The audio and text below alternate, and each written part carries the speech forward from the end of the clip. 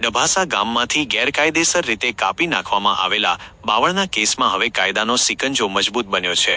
મામલતદાર કોર્ટમાં ચાલી રહેલા આ ચર્ચાસ્પદ કેસમાં આજે એક મોટો અને મહત્વનો વળાંક આવ્યો છે। ઘટના ડભાસા ખાતેથી કાપવામાં આવેલા બાવળના કેસ સંદર્ભે આજે ખુદ મામલતદાર સાહેબ રૂબરૂ સ્થળ તપાસ થર્ડ નિરીક્ષણ માટે પહોંચ્યા હતા।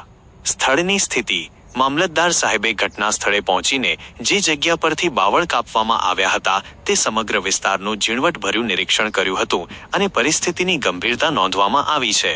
આગામી કાયદાકીય કાર્યવાહી હવે ટૂંક જ સમયમાં મોટું કાયદાકીય પગલું લેવાવા જઈ રહ્યું છે।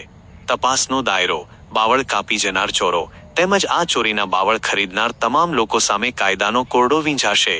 કડક પગલાં સ્થળ નિરીક્ષણના અહેવાલ બાદ મામલતદાર કચેરી દ્વારા આ તમામ જવાબદારો સામે ટૂંક સમયમાં કડક કાયદાકીય કાર્યવાહી હાથ ધરવામાં આવશે। ગામની મિલકતને નુકસાન પહોંચાડનારા અને ગેરકાયદેસર વેચાણ કરનારા તત્વો સામે હવે તંત્ર લાલ આંખ કરી ચૂક્યું છે।